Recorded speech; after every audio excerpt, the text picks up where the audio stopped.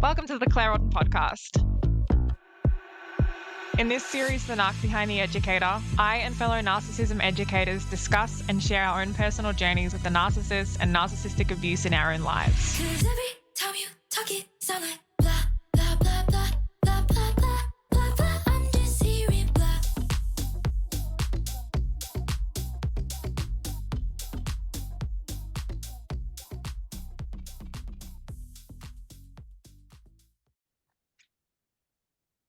Hi, Telsha. Thank you so much for coming on the podcast. Hi, Claire. Thank you so much for having me. Hello, everyone. I'm so excited to talk to you because I really love your content. The knowledge that you have about narcissism, narcissistic behavior is just amazing. Thank you. Thank you. And I'm excited to be here. This is a passion of mine to see people healed and moving forward past this. It's good to be here. 100%. And I think it's going to be so powerful for people to hear your story. My story is a very different one. I had about 3 of them. So we're going to. Okay. I've had a few as well. Sounds good. All right. So how did you meet your narcissist? Okay. So the one that I'm going to primarily talk about in this podcast is going to be narcissist number 1, because it was the one that was the most serious one. So I met him actually online, right? Okay. So it was an online situation. It was a free dating app. And I hear this all the time.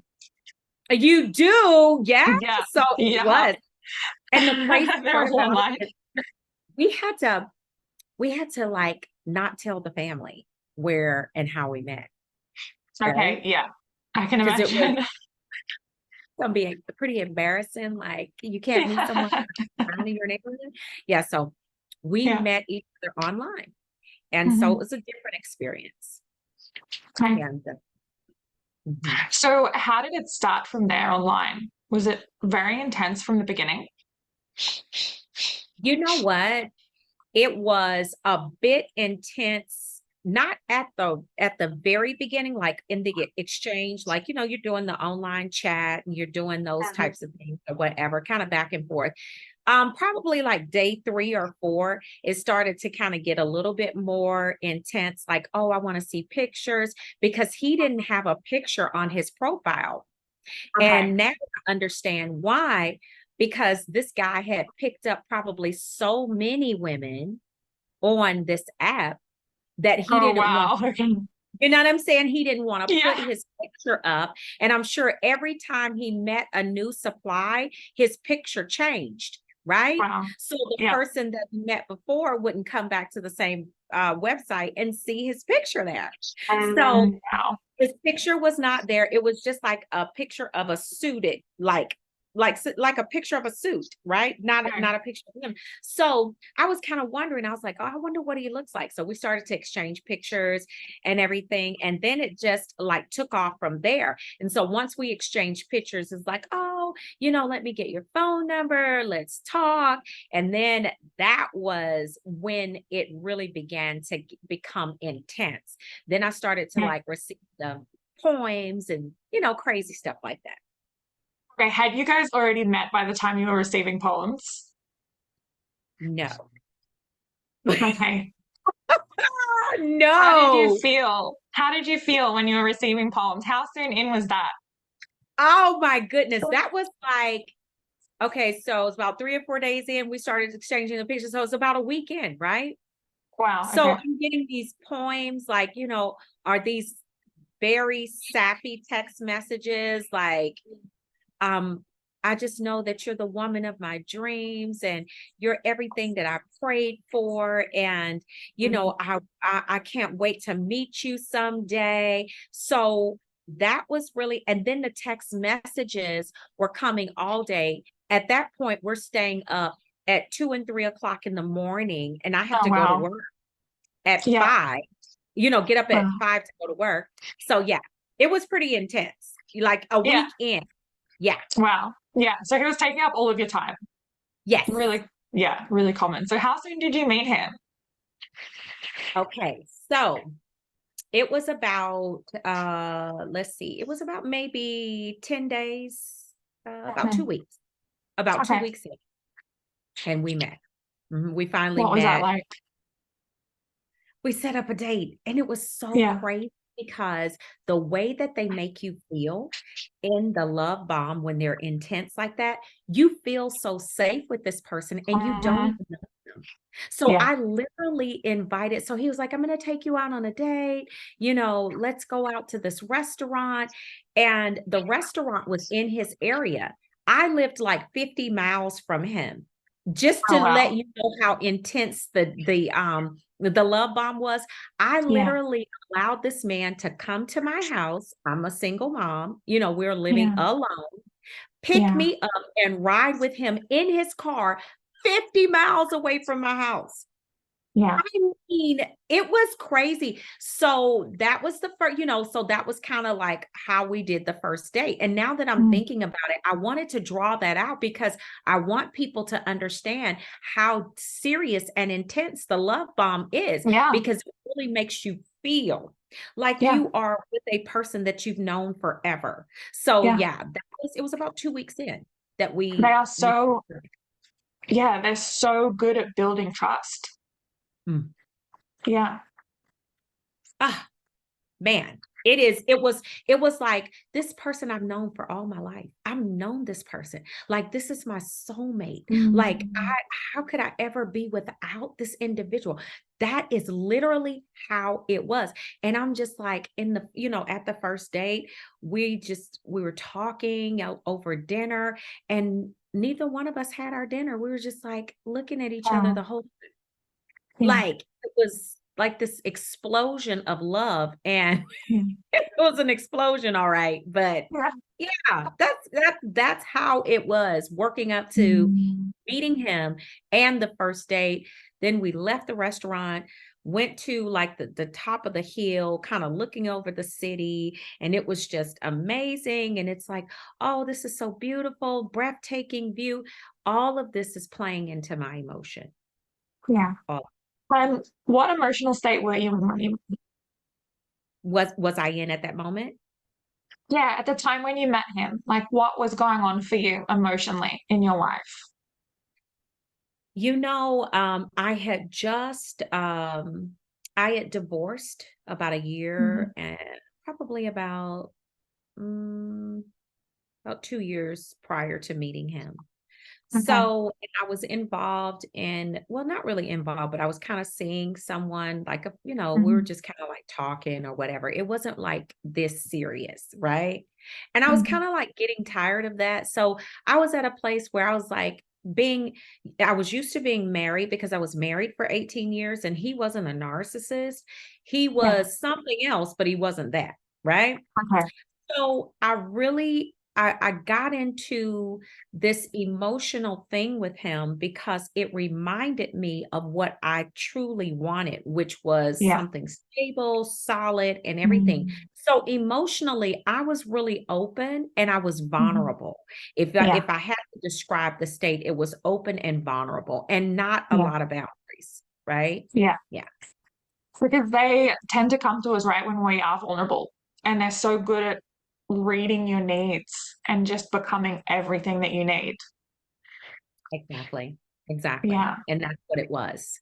Totally. Yeah. Totally. Yeah. So what happened from the first date? Okay, so after the first date, so we met each other, and he was like, oh, at that point we just couldn't get enough of each other. Mhm. So the was like 3, 4 o'clock in the morning still, right? 3, 4 o'clock in the Mhm. morning. The phone calls picked up, like, we're talking on my way to work. We're talking at my lunchtime. We're Wow. talking, on the way home from work. So it was intense.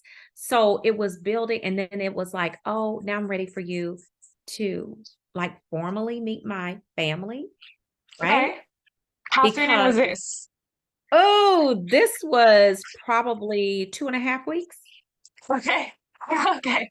In 3 weeks? 2.5 Yeah. weeks in, ready to meet the family. Okay. Right. Yes. Yes. And it was kind of an informal meet at first because he was Okay. doing like this show project that he was supposed to be doing, like, oh, I'm going to produce this show and we're going to talk about these issues and blah, blah, blah. So I was going to the show and to the recording of the shows with him, or to the meetings rather. And so this one particular night, I go to pick him up at his home, and the family was there. And he was like, oh, they're going to come down and meet you. Now, this was just kind of like an impromptu thing. And so they come downstairs and they're like, oh, hi, and it was like the whole entire immediate family, like the mom, the dad, sister, all of that. And it was, they seemed like really good people. And so that was kind of like the impromptu. But then after that, it was like, oh, we're going to do a family, like a formal thing with dinner, and we're going to invite family over. And that was probably like maybe 3-4 days later. So I was just like, wow, okay. So at this point, I'm just really like, and family started coming in from like LA, other parts of, this area, but kind of far away. And I was like, why are these people coming in to see me? And they're all just like looking at me like I'm just this anomaly. Like, who are you? Where did you come from? And they're all asking me questions. And it's almost like if you would think of it like a pink elephant in the room, and you're just like, I don't know about anybody else, but I was like, what have I gotten myself into? Why are these people so interested in who I am doing and all of this stuff? So that's how it was when I formally met them, which was about 4 or 5 days after the impromptu. So yeah, that's kind of how that went. Yeah. So tell me more about that. The family do you think that like he hadn't introduced someone that quickly before, or do you think that he was bringing lots of people in? What was the vibe from the family? The vibe from the family was like, you knew. Now I'm looking back, I'm understanding that they had gone through this a few times before, right? Yeah. And the impromptu thing, it was just kind of like, oh yeah, this is what we normally do. But the formal where there was like dinner, now that part I knew that they probably didn't do this too often, right? They met people, but not having people come from like miles around to, let's just go, oh, we're all going to their house and we're going to meet her and we're going to have dinner. Yeah. So the family vibe was giving off very much something was wrong. Yeah. Right. Okay. Yeah, because they were too interested and they were asking too many questions. And it wasn't a relaxed, calm type situation. I kept asking, I was like, what is wrong with him? Like, why are you, oh, he just needs someone to just really care for him. And he's been through a lot. And, it's just, it's good to know that he's fine. He's finally found someone that's going to be there for him. Interesting. Okay. Okay. Yeah. So it was kind of like he'd kind of lined you up as that person that was different from everyone else and that was going to basically save him, and they were keen for that to happen. That part right there. That was it. Because one of the family members was on the FaceTime, because she called in on FaceTime like, I want to see who this woman is. And they were like, oh, this is his new girlfriend. And she was like, the look on her face said it all. She was like, what? Really? Like, what? His girlfriend? And and the way she said it was almost like, now that I'm thinking about it, because there are some things that happened in the relationship that made me kind of question his sexuality. Right? Okay. So so it was back, like, oh, a girlfriend. Right. Okay. Yes. I've got you. Yeah. Mm-hmm. So now going back and putting the pieces together, I was like, yo, that was that look like a girlfriend. Like, what is he doing with a girlfriend? Yeah. So that was kind of how that went. And now I'm thinking, when I began to think back on it, that's what it was like. But when you are in that moment and they're looking at you and they're just like kind of pain. It's almost like again, the pink elephant in the room. And you're asking like, what is going on? And then they're like, oh, we're so happy you're here, and they were just like, oh, I'm so happy to, that you guys are, you found each other, that type of thing. And it was just like, yeah, this is really weird. It's really weird. And you felt that at the time? Your gut felt like something was off? Yes, I did. Okay. I did. Okay. Mm-hmm. So you went through this extremely accelerated love bombing period, and you met the family, and they were very shocked to meet you, or surprised, or Where'd you meet so him? yeah. How did you meet him? Definitely not online. That was our secret. Yeah. Yeah. So was that the first big red flag that you came across with the family? Okay. That was number one for me. It was number one for me. Well, let me just say this. Maybe it was the second one, because the intense communication was number one. That was number one.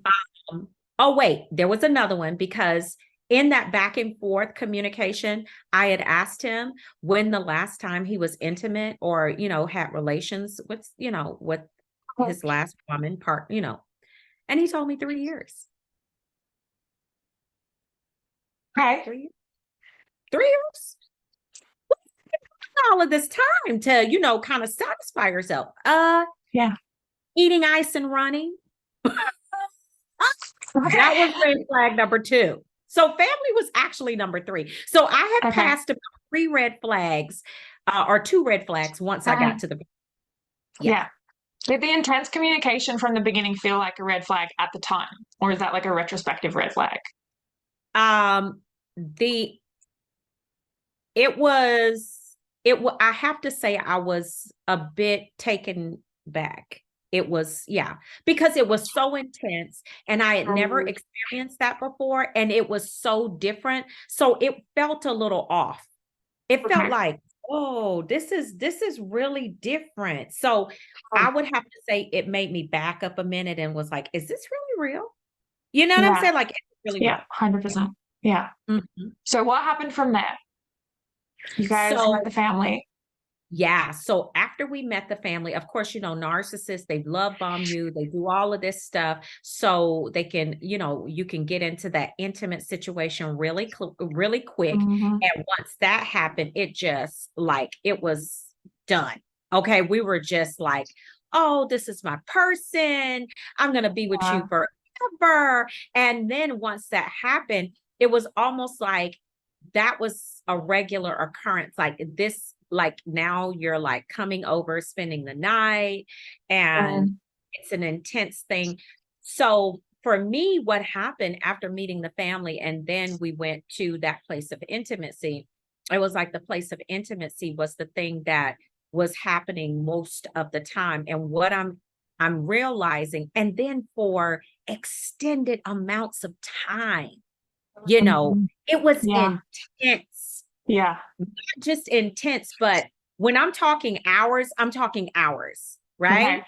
Yeah. It was like something that was really out of some type of movie. Like, this is not real. Like, how can a person humanly have this type of energy? So that right there was also, in the moment, it wasn't a red flag, but retrospectively, when I started to think about it, I was like, this wasn't even normal. Like, how could you do this? So that was the next phase of it, was just like drilling that part of me down to the fact of where you can't go anywhere, because now you're like locked and tied to me. Oh, and the experience of it.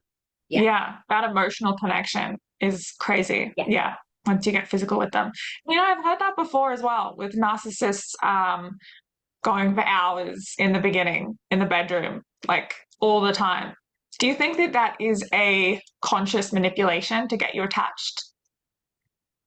think it is. And I think it's a conscious manipulation. And I also think, because you've seen my content, I think there's a Mm. spiritual aspect to it. And the spiritual aspect is what I think really drove that thing. Because I was like, there is not what normal, natural man without some type of spiritual influence can do Mm. this? You know what I'm Yeah. saying? Like, this is not normal. It's Yeah. just not normal. So when we look at it from that aspect, it was intense. And and as the person, you're thinking, when you're not understanding what you're dealing with, you're thinking you're in love with this person, and that Yeah. this is truly a situation where you're dealing with somebody that is completely in love with you and all of this. But it's not that at all. It's actually sensory overload. That's what it is, Mhm. Yeah. because it's not about love. When I say sensory overload, they're doing all kinds of things to your body, like things that I'm just like, wait, whoa, what was that? You know what I'm saying? Like, Yeah. that was Yeah. really crazy. Yeah. But it's to pull in that emotion from that sensory that they're attaching themselves to, your taste, your smell, your touch, all of this. They want to attach themselves to all of that. So Yeah. when you begin to pull back, you won't be able to pull back, because you're remembering all of this, and it's Yeah. sensory overload, and we mistake it for love all the time, and it's not. So, Yeah. yeah. 100%. So, And such mhm. intensity, it gets you so addicted. It's so intense. Yeah. That's the word right there. The Yeah. addiction. Because that's Yeah. what you essentially become, is addicted. Yeah. Yeah. Mhm. 100%. Yeah. So this was extremely intense, but it was positive intense. When did things start to change for the worse? Pretty quick after the love Okay. bomb. So love bomb probably lasted about 8 weeks, Yeah. maybe 6 weeks. Yeah. It wasn't, but I started to notice like little sarcasms even in that time. Mm. Kind of like, I'd be like, oh, I had such a long day. Oh, well, not, oh, well, let me fix you something to eat. Let me make you. Well, some people wish they had your problem. Yeah. Some people wish it. So I started to notice that. And then, I would say he would ask me certain things, because at this point we're about 8, 9 weeks in. And I'm just like, oh, I don't know, because I don't feel like that today. Mhm. And that was when it started to kind of turn, because prior to that, there was never a no. There was never, I'll think about it. There was always, oh, yeah, let's do that. Oh, yeah, let's do that. Mm. But when I started to because now I'm tired, you're Yeah. like pouncing on my body every day, you know what I'm saying? Or every other day. It's a Mm. lot, right? So Yeah. now and then we're up all night talking when you're not at my house. So now it's like, it's literally starting to wear on me, and I'm it's draining Yeah. me. So Mm. I'm putting up some sort of like flimsy boundaries, not really boundaries, but just like, oh, I'll let you know. I don't know right now. Yeah. So that's when it started to turn. And so I noticed that the family started to behave a little differently too. So whereas the family was like, oh, hey, how are you? They'll send a text message, or maybe say hi, or give you a quick call. Hey, the family started to kind of like back up and was a little cold, kind of Interesting. standoffish a little bit. Yeah. Mm. About 9 Okay, weeks so in. 9 weeks in, and it just was subtle, like little sarcastic comments and things like that. Yes.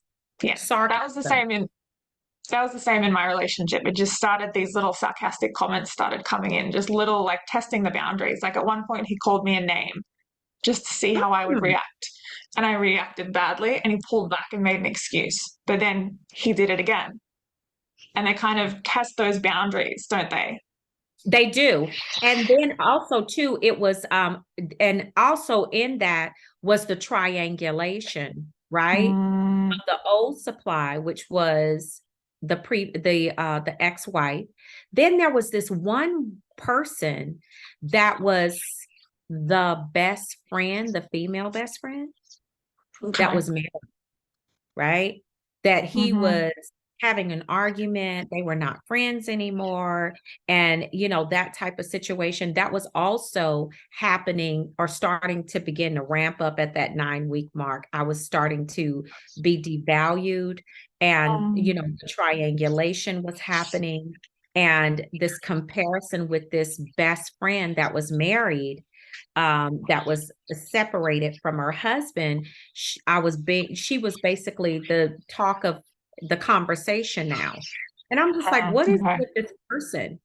And then Yeah. he started actually, now he had all of this bad stuff to say about this particular person. But then when we would get into a conversation and he would say something because all of these bad things, and I would start to say stuff like, why would you want to, and then he would start to defend her. Okay. Yeah. So that was a little red flag. It was starting to peak there. Yeah. Major Was red he, flag. Yeah. yeah. Was he like controlling? Was he jealous? The control part, I didn't see that at that particular point. I knew that there was some jealousy and some insecurity. Let me just say that, because the insecurity was apparent. Like, why is he feeling like he has to, okay, if you feel like you have to come all the way to my house and pick me up and take me all the way to the restaurant and bring me all the way back, you're not trusting me to just drive there and to meet Yeah. you. To me, I was like, this guy is like, yeah, this is some insecurity right here. Not to mention the I love you came about 10 days in. Okay. Yeah. I think I love you. That's what he said to me. Really? Yeah. How did you feel? I forgot to mention that. That was that was pretty quick. It happened like within 2 weeks. Yeah. Wow. How did you feel about that? At the moment, I was kind of taken back. Like, whoa, that was quick. I didn't say it back right away. I just kind of took it in. And I was like, really? And it was like, yeah, I think like, I could see you being my wife. Wow. Okay. Future faking as well. Yeah. Yeah. Wait, Yeah. that's crazy. So yeah, that's how it was. It was, to that degree. And that's how the intensity was ramping and playing out, in that scenario, and the insecurity more so than like the control at first, but the insecurity flipped over, and you could see that the control was now coming into play, like maybe 12 weeks in, like what you wear, how you wear your hair, what perfume you're going to put on. And it's like, what you eat, you know what I'm saying? All of this, like 12 weeks in, like 3 months. Yeah. I started to see the control aspect of it. Yeah. Okay. Was he isolating you in this time as well? Not initially, but there were comments about, oh, I don't know about this friend of yours. I think this friend is like really jealous of you. And I think this friend doesn't like me. Okay. So I don't want to, and that particular friend was like, I completely do not like him. Okay. I just want you to know that something's weird about him. I don't like him. And that's just what it was. So actually it eventually started to pull me away from those friends that had opinions about him. Yeah. Yeah. It didn't happen right away, but the comments and the intensity of the way he felt around these people, like, I just feel like they don't like me. It's intense, like intimidation and that type of thing. So I was just like, okay, forget it. So yeah, eventually the isolation did happen, but it wasn't immediate. It was kind of like a slow process of pulling me away. Okay. Yeah, like a very covert, like the little comments here and there. Right. Yeah. That's it. Yeah. That's it. So what happened from there? Certain people. Certain people. Okay. Mm-hmm. The people that didn't like him, the people that were seeing him for what he was. That part. That one. Yeah. Exactly. Yes. Yeah. So what happened from there? So from there, after the So after we started to just, now we're getting into the devaluation stage, we're kind of going back and forth about, this particular woman that was supposed to be the best friend. And I was just like, Mm. I just don't understand your relationship with this individual. Then there was another woman that was a family friend that had been a friend for years. Now, mind you, these two women, the family was friends with on social media and still friends at up until the day that we basically broke up. I don't know if they're still Okay. friends with these individuals, but it just let me know that these are women that the family kept in contact with, just in case, I Mhm. guess, that, hey, maybe this is somebody you can reach out to and you can be with this individual, even though they knew that this particular person was married. The other one was single, but he would always say, I don't want to be with this particular individual. The other one that was single, I don't want to Mm. be with her. She doesn't, she's not even my type. I don't even like her like that. So a lot of the triangulation, then I started to see more of the control. Like I said, what you wear, what you eat, where you're going, who you're going with. Yeah. That had at that 3-month mark, we were well into that. We were well into it. And so it became really weird, but I still didn't think that it was weird enough for me to leave. It was just kind of like, oh, he's insecure and that's why he's doing this. Okay. Right. Yeah. Yeah. That's what I was How long were thinking. you guys together? All total, it was about 20 months. So just shy of Okay. 2 years. Okay. Yeah. Just shy of 2 years. Which is a Mhm. long time with a narcissist. It It's a is a very long long time. time. Yeah. Mhm. Especially with all of the things that you endure and the abuse, Mm. right? And Yeah. you don't understand. It's all so intense and it's playing Mm. on every part of you, your emotion, your mental, Mhm. your physical. Everything is being engaged, your spiritual, everything is being Yeah. engaged. So it is quite a long time. Absolutely. Mm. Yeah, Mm. It's like you're being colonized, like your mind is colonized by the narcissist. that's a great way to describe it. Yeah. Yeah. I think Richard Grannon describes it that way. They colonize your mind. Um, yeah.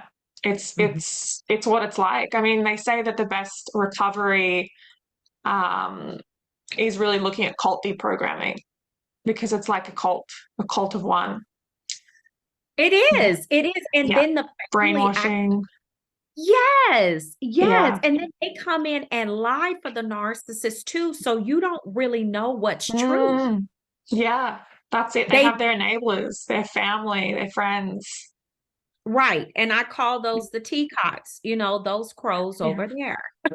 Yeah. That's what I call them because they are the Yeah. claimed toxic enablers and they're going to Mm. lie for that narcissist. So you don't know what's truth and what's lie because it's Yep. all meshed together. They're all enmeshed together. Mm. Yeah. What was some of the worst things that happened in a relationship? Ooh, some of the worst things were, I have to say, the lies and the gaslighting. I can Mm. remember one day sitting on the couch, like right next to him. He was like on like it was two recliners, and he's sitting on one, I'm sitting on the other, and I'm watching TV, and he's like on his phone. And so I glance over and I see this woman on his screen, and I was just like, so I asked him, I was like, who is that person that you're looking at there? Oh, I'm not looking at anyone. Oh, here you go with that. Oh, let me go Mm. ahead and open up my phone and totally gaslighted me Yeah. right there. And I Yeah. was just like, but I did just see you do that. Yeah. I saw this, I know what I saw. And Mm. so the gaslighting was just on another level. I can remember one time where this was like towards the end where I found an iPod in my car or in the SUV, right, that he was driving. And I guess he probably misplaced it. He didn't know where he put it. And I was like, I've never seen this iPod before. Where did this come from? You know what I'm saying? Like I knew Yeah. it didn't belong to the kids. And, Yeah. so I didn't say anything about it. I just chunked it back in the bag because it was the car that he was driving at that time, which belonged to me. Yeah. Yeah. So yeah, I had all of the resources. He came with nothing, basically. Wow. Okay.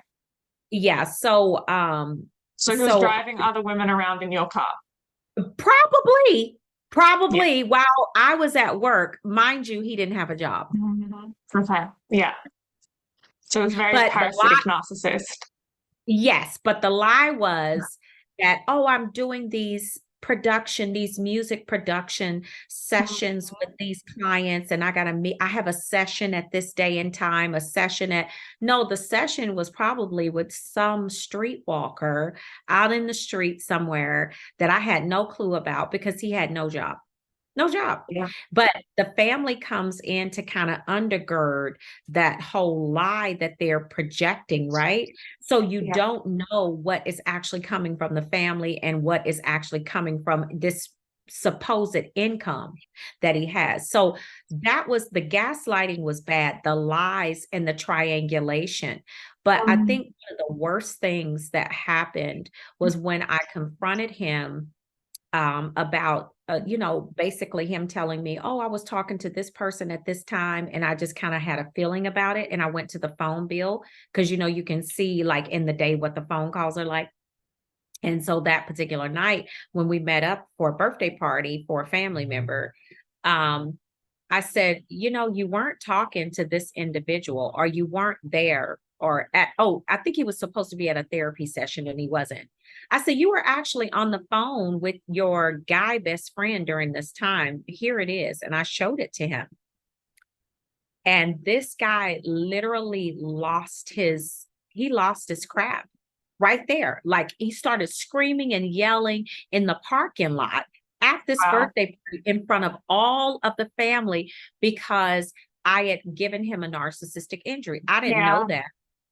But when I checked him on the information and I told him, basically, you lied to me, then that injury hit him hard and he lost it. And the family was all sitting back like, whoa. But they were sitting back looking like they knew that this is the type of behavior that he has. Like they weren't shocked at all. They were just like, oh, and there he goes again. Yeah, exactly. That one, right? That's exactly what it was. So yeah, that was one of the biggest ones. And then the one where I took pictures of him talking to this best friend that was married, but separated. I took pictures of the text messages in his phone. And he was like, oh, we're supposed to be more than this. And we're supposed to be this. And now at this point, when I'm looking at this in his phone, we're talking about marriage. How are we talking about marriage when you're telling her that she was supposed to be more to you, that the two of you were to be together? Yeah. It must have been painful. So those are some of the worst things. Yeah. Mm-hmm. Yeah. And at the end, he blew completely up. He was like, when I confronted him about, the text messages, all of the lies that I knew he was telling. And it was so crazy because this one particular night that all of this kind of like, when it was like at the end, I took my old cell phone and I pushed record and I slid it underneath the door in the room where he was sleeping with his son, because when the children would come over, we wouldn't sleep in the same bed. You know what I'm saying? So we kind of like, so he was in the room with his son and I was in the room with the girls. And so it was recording everything that was happening in the different conversations and the phone calls that was happening while I was supposed to be asleep. So I don't know what woke him up in the middle of the night, but he woke up in the middle of the night and I was already up because I'm like, what am I going to do with this information? Right. So remove the phone from underneath the door and I heard him like shuffling around. Like I knew he was already up. It wasn't what woke him up. He was already up. Right. But he didn't know I was up. So I heard him shuffling around. So I'm standing up against the wall, like right next to the door. And literally this guy was so paranoid that he flew out of the door. He opened the door, came out of the door, went straight down the hall to the right to my room. He never saw me standing up against the wall next to the door. That's how paranoid he was. Never saw me standing there. Wow. I watched him go And then he comes back. By the time he's turning around and coming back, I'm in the living room with all the lights on. So that was the end of it. That's when it actually blew completely up. Yeah. Had you guys ever broken up and gotten back together before that? We did. We You did. did. We did probably about maybe 10 months in, 10 Okay. or 11 months in. Some things kind of happened and I was asking questions and I was like, I don't know if I'm going to be able to do this. So it was kind of like we got into an argument and I was like, well, maybe we just need some time apart. So Yeah. that lasted about maybe a few days to a week and we Okay. got back together. So it's How did you actually get back together? Would um, he come back or? he said, well, let's have a conversation. Let's talk. And, the family was like, well, you guys just need to have a conversation and talk about it. So, of course, they always want the face to face. Yeah. So, like, yeah, just come over to the house. It's fine. Mm. And yeah, so it went from the conversation to, oh, I'm sorry, then it goes to the bedroom and yeah. Okay. And that's Yeah. how, yeah. So that's Sounds how like it it happened happens. both Yeah. times. Yeah. Okay. Do you think you were Mhm. trauma bonded in this relationship? Very much so. Very Yeah. much so. Because I knew that something was wrong, yet I couldn't leave the situation, Mm. right? Yeah. I kept going in this cycle because the breakup wasn't just once, it was actually a couple times, you Yeah. know. The arguments were more intense, but I just felt like why can't I just let this go? Like, why can't Yeah. I just see that, okay, he's doing these weird things. I didn't know anything about the gaslighting. And it was like, I think after that first breakup that I was like, okay, I need to talk to my therapist about this. Like, I need to Yeah. tell her what's going on. And so that's when she started to shed light about, I think you might be dealing with a narcissist. And Really? my best friend was dealing Okay. with the same type of situation. So we were Okay. comparing. And she was like, Interesting. oh, no way. He didn't do. Yeah. Okay. Yeah. That's so interesting. I had a friend as well who was my best friend at the time. And in my relationship, she was constantly telling me, he's a narcissist, it's a trauma bond. He's a narcissist, it's a trauma bond. And I was like, no, it's not. No, it's not. And then after the discard, it was like how do you say, the scales fell from my eyes. And I suddenly realized that that's what it was. Because you don't know when you're in it. Yeah. You don't know. But she was dealing with a narcissist at the same time. And we both had the same therapist. Of course, Oh, the therapist wow. is going to talk about what's going on in each session. She's not going to talk, and Yeah. we never went to sessions together or whatever, Okay. but we had the same therapist. And we're just like comparing notes, like, no way. And so, yeah, the trauma bond was very real. And this is why people can't get out of the cycle and they can't break out because it's like the trauma bond has you blinded. Like you said, the scales fell from your eyes. You're in Yeah. complete denial, and that's where so yeah, I was very much trauma bonded. Yeah. Yeah. So were you resistant to believing that he was a narcissist when you were talking to your friend and your therapist, or were you starting to say it? I was starting to see it. I don't think I was resistant to it because Okay. enough had happened at that point that was so weird to me that I was open to understanding what the heck it was because I knew Yeah. that something was wrong. Something. Yeah. Yeah. And I'm like, what is this? Because this is so wild. Like, this doesn't even make sense. This is kind of crazy right here. And Yeah. so, yeah, at that point, I'm starting to pay attention because I need answers. So I don't think I was resistant. I was just like floored at the information I was receiving about it. Wow. Okay. Yeah. So the relationship ended in a big blow up. It did. Who ended things? I did. I basically Okay. packed. I Okay. put him. Huh? Yeah. Yeah, Oh no, I I just did. said okay. Yeah. Yeah, Okay. I did. It was a blow up, and I just was like, yeah, this. And he ran through the house when that happened, and he's telling his children, wake up, we're getting out of here. We're Oh, not wow. wanted here. We're not wanted here. He completely woke the kids up out of their sleep. And I Oh, begged him wow. not to do that because I felt like that was traumatic. Yeah. And I said, please don't do that. Just let them sleep through the night and we'll have a conversation with them in the morning. No, we're Yeah. not staying. So I was just like, okay. Hmm. And it went down. My Yeah. kid kind of was asleep through the whole thing. She was like so Mhm. tired. And I was so happy, thank God. But I felt Yeah. so bad for his kids because they were crying, like, what is happening? Oh, wow. Yeah. That's awful. Yeah, Yeah. he didn't care. Yeah. Narcissistic injury. Yeah. And they don't care about their kids. So, They yeah, don't. it's all about him. Yeah. Exactly. He got called out on his crap with the recording, Mhm. and I'm just like, what is happening? What is going on here? And then and his tone of voice just really scared me. And at that point, I knew it had to be over because I was like, if this guy puts his hands on me, it's going to be a different situation. Yeah. I'm not going to just let you do that. Yeah.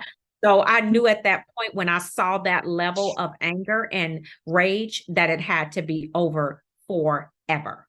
Yeah. Yeah. Mhm. How did you cope after that relationship ended with the trauma bond?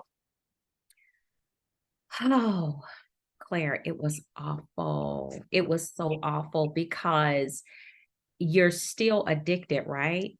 So Yeah. you know that this is not an option. It's not an option to call. It's not an option to go back.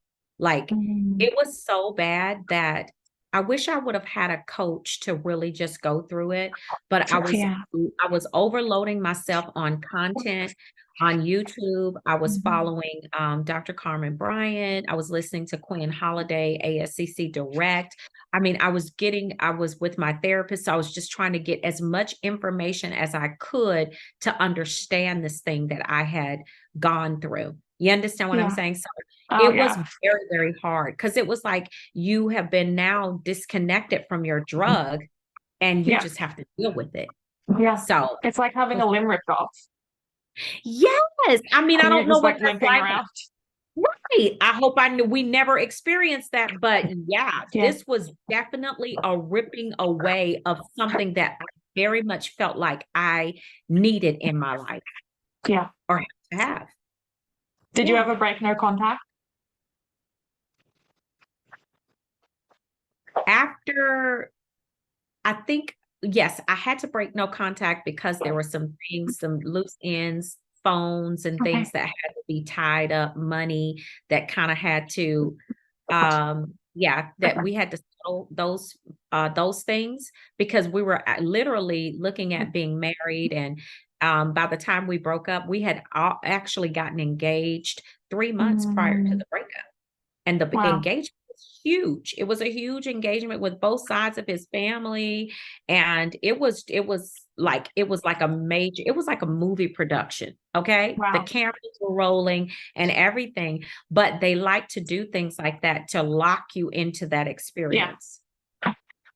100%. Work with me. Yeah. All right. I don't care about Tell me more about that for the yeah. listeners. Woo, that right there that was huge because Mhm. actually 3 months prior to and he knew that I was getting on to him. So, and they all Okay. knew. So they were just like, we need to go ahead and make this engagement marriage happen because if we Trying don't, to she's lock you down. Yeah. yes. Yeah. So Wow. yeah, so they planned this whole thing. It was a complete surprise to me. I didn't know. They're just like, oh, you just need to look really nice because we're going to shoot this music video because, he was into music. That's what he does. And Wow. so I went to go have my hair done. So we go and the engagement was like the scavenger hunt. Like he's taking me to this one place where we first had our date. There's a where we first met, the lie that we told everyone, right? That we're going to be I met the cousin on the aisle that had my favorite flower with this card that was tucked in it, and it was all these beautiful words like, I remember the day I met you here, blah blah blah, just totally pulling my emotion in. The next stop was Mm, our first date. Same thing with a slice of cheesecake and this Wow. bloom and this letter that this note that was in there that was like, oh, I remember when we had our first date here and woo, woo, woo, woo, woo. It was just like what is happening? Then The they whole drive me to this production. last place.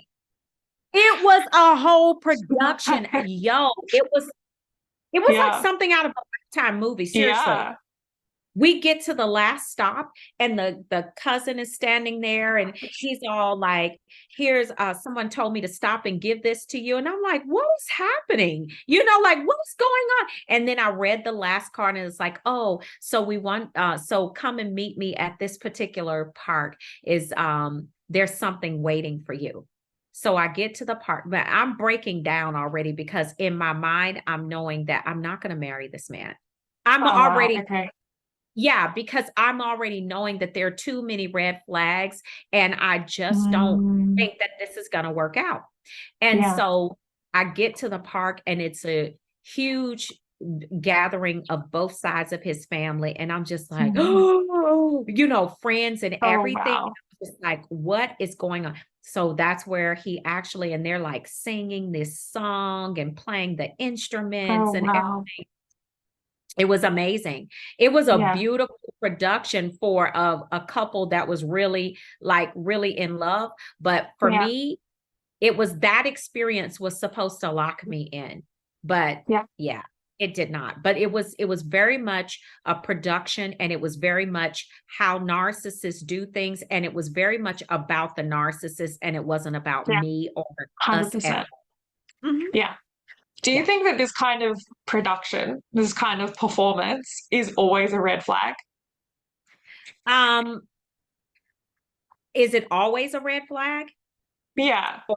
Yeah, well, Like this level of like extreme love bombing, like this over the top performance, bringing everyone in. I feel yeah. like it's now, since I've, delved into this and learning about narcissism and coaching people, I've come to feel that those kind of things are always a little bit suspect. Well, now that I think about it in retrospect, and when I was in the situation, I knew at that point that it was over the top.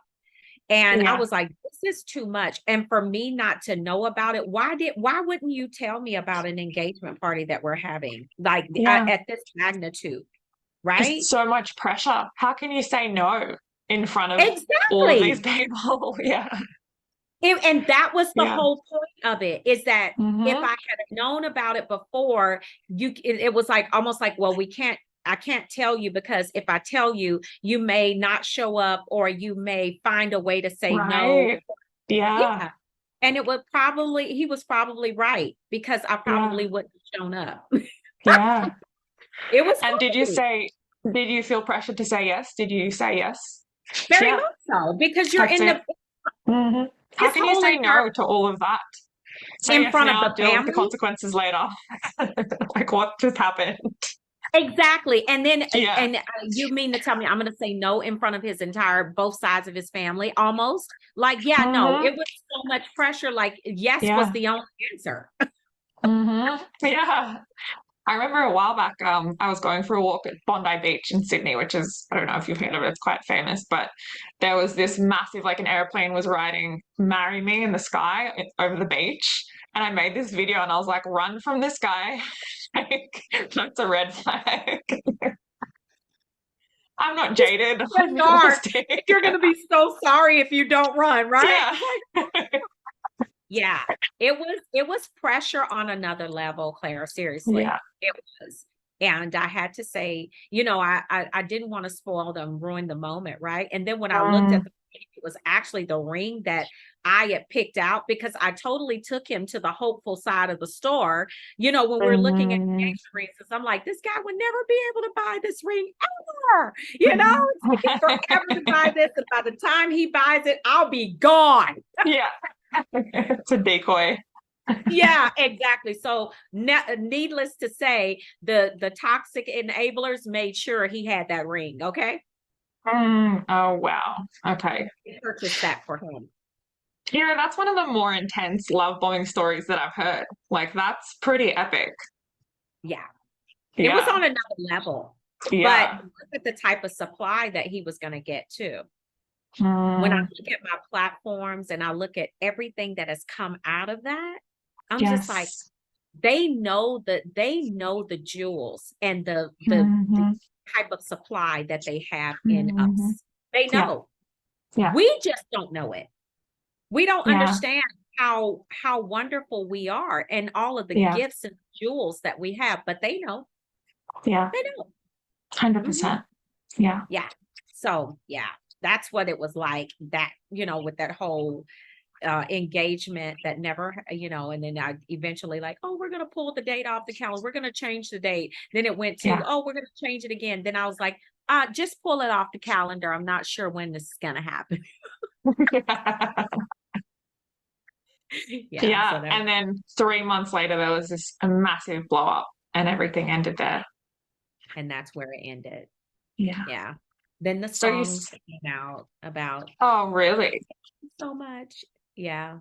He Oh, wrote a wow. song and he had his brother-in-law to record it. So Okay. happy.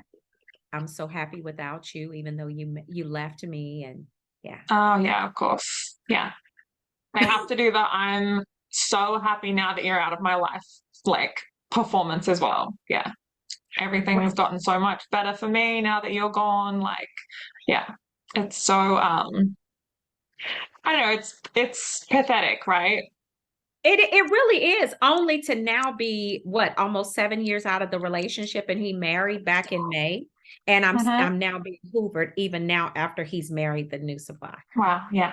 Because they don't like to lose control, right? They have to keep reminding you that they're there. Yeah.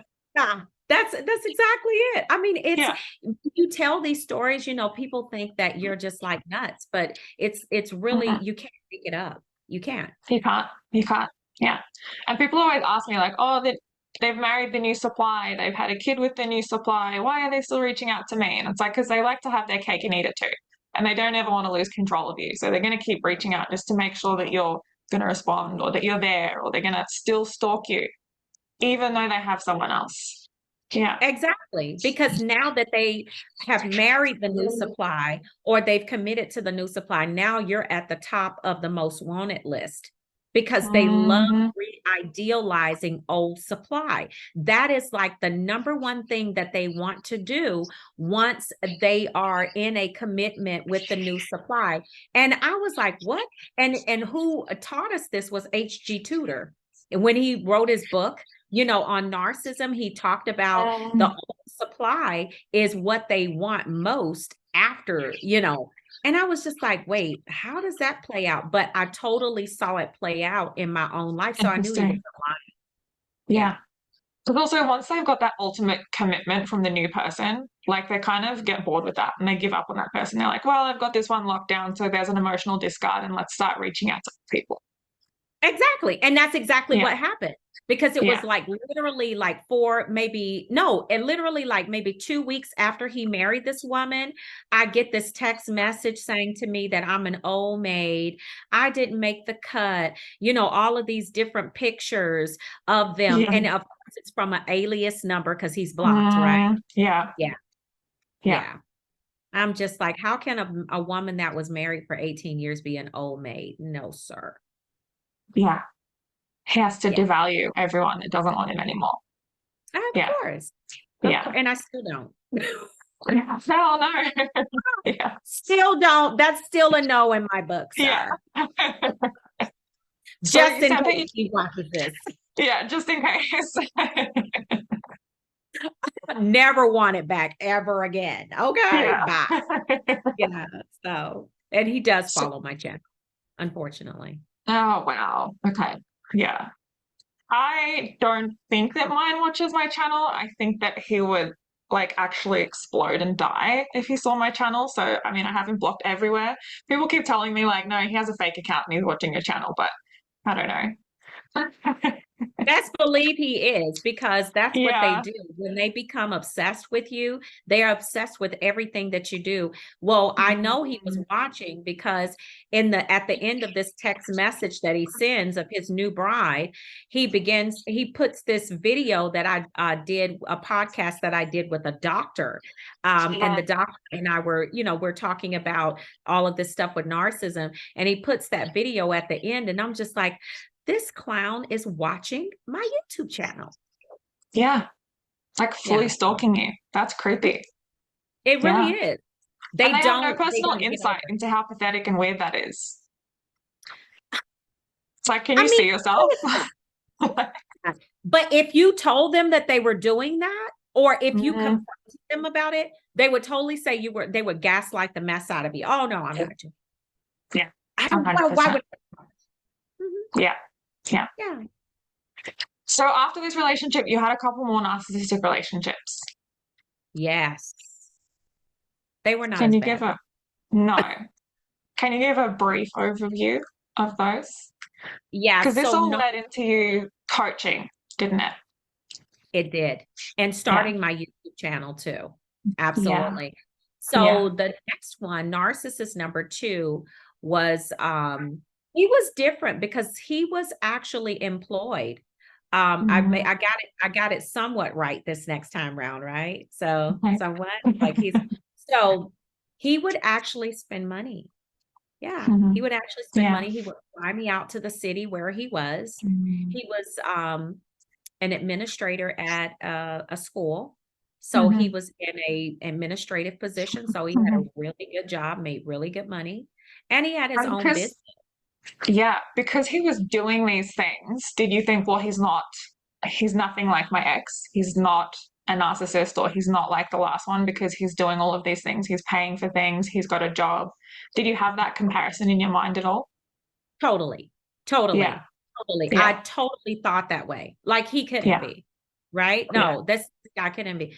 But when we met the first time, he was trying to go to like a hotel room. Like, I've drank too much. Why don't you stay here with me? I was like, I just met, no way am I staying with you. You know what I'm saying? I'm going back, and we just kind of met in the middle, between the two cities that we were in.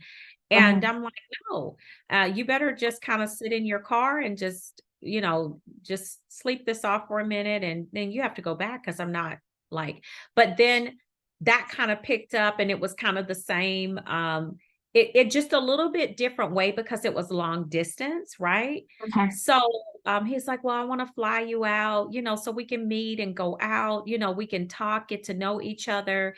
And he was actually in a fraternity. So I kind of like that, that was kind of like real cool to me, because I was like, oh, he's educated. Oh yeah, he has a degree. Yeah, he's nothing like the last guy. That had nothing. I mean, nothing. So that was really cool. So it kind of, what started to kind of alarm me about him is the fact that when I told him, he was like, hey, I want you to come out. It was like around Christmas time. And I was like, no, I can't come. I have a party that I have to attend, and I'm just not going to be able to make it. He's like, I can't believe that. I'm going to this party alone.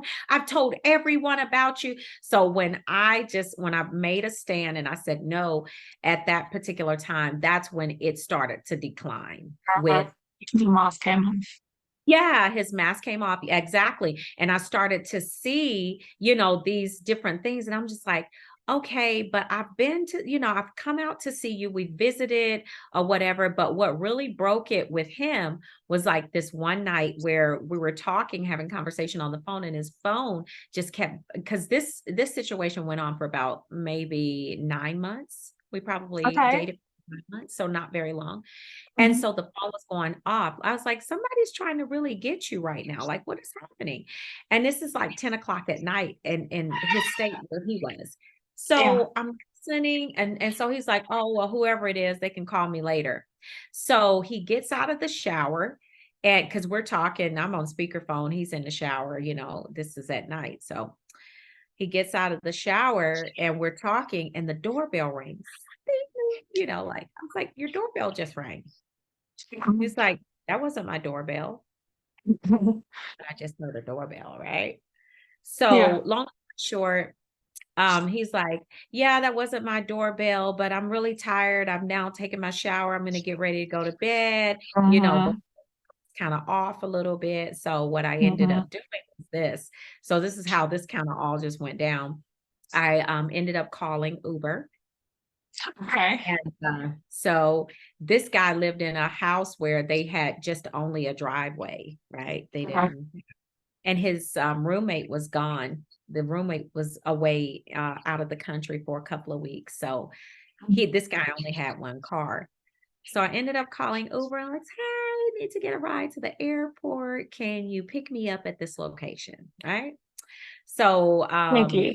I actually did it on my phone. And so when we got there, I said, why don't you call me when you're outside so I can, I'll let you know if another ride has shown up. So the Uber guy calls me. I'm in my state, like across the country away from him. He pulls up to the house and he goes, I said, yeah, so maybe someone else has gotten there to pick us up or whatever, or pick this person up, because I was actually telling him for a family member. So when he got there, he's like, yeah, there's another car in the driveway. There's this car in the driveway and the other car. So I knew then. Oh my God. Wow. The best PR work, it cost me $6 to bust him. Oh my God. Yeah. I was done after that. So I kind of just like, everything was just kind of over and done with after that. Because he was like, well, and then I called him and he's like, no, wait, there's no one at my house. Really? Well, I was told that this car was outside, and I never told him how I got the information. I actually made him think that either I was in the city or one of my family members were like coming up there. So that's how that one ended. So the third one was just kind of like, it was a little bit more intense. This guy was, he was also in a fraternity, go figure. Like, how am I getting these fraternity guys? Yeah. Okay. So he was also in a fraternity, but his situation was kind of like over and done with a little bit. I think probably maybe around 8-9 months as well. But what really led me on to the fact that he was narcissistic too, was that he was a narcissist, was because he was wanting to hold on to the wife because they were supposedly in divorce proceedings. Okay. But the divorce was never happening, right? Yeah. Okay. And I saw in both cases a lot of similar things that happened in the first relationship, like the gaslighting, lies, not being able to handle the word no. And so I knew at this point that something was wrong with him, because also too, in both situations, the love bombing was intense. And the phone calls, the text messages were all the time. And then in the second situation, it started to wane after that. I couldn't make it during that time that he wanted me to come out for the holiday. The first time you said no. Yeah. Yes. And then in the third situation, this guy actually was visiting me more often because, of course, I couldn't go out there.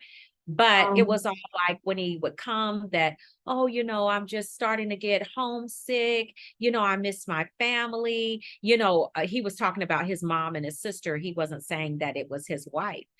But what I found out is that he really never had an intention on leaving her. And the family totally, like the sister totally lied and said, no, they are in divorce proceedings, because I wouldn't have ever even gone for that. Right? Yeah. Because I'm like, get done with your situation and then come see me.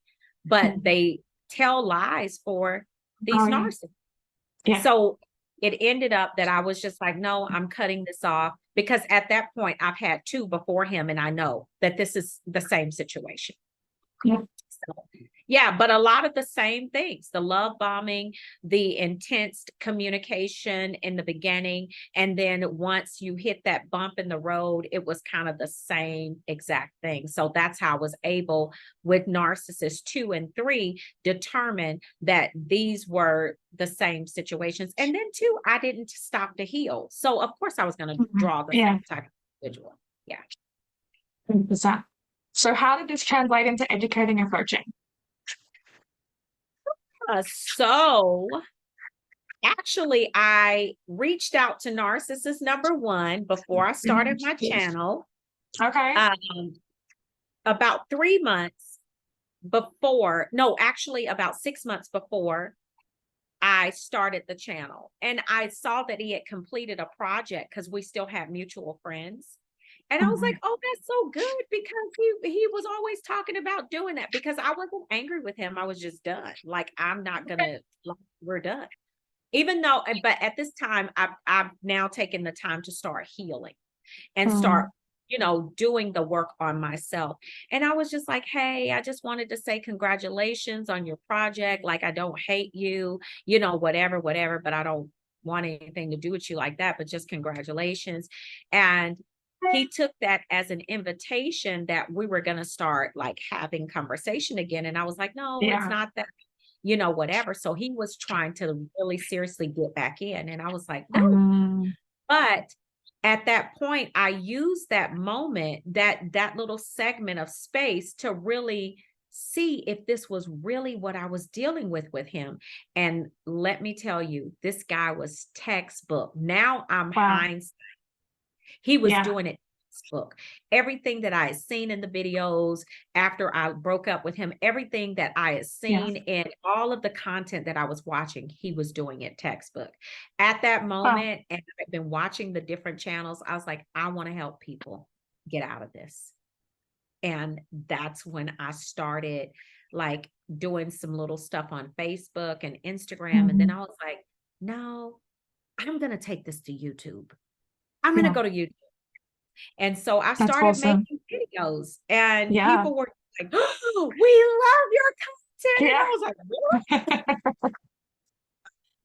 So that phone call with him was a catalyst. What was that?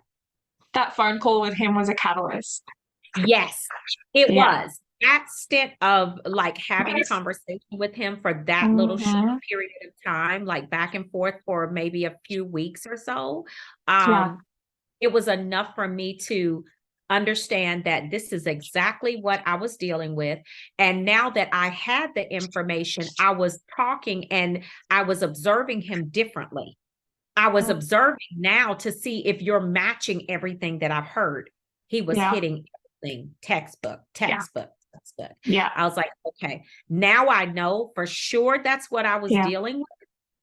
Now I want to jump out here and let other people know what I've dealt with. And listen, if I got through it, you can make it too. So let me just tell you, and that's what I started doing, is making content that was very real, that was very down to earth, that was very much, this is how it happens and this is what it looks like. And people just gravitated to the content. Yeah, I mean, your content is amazing.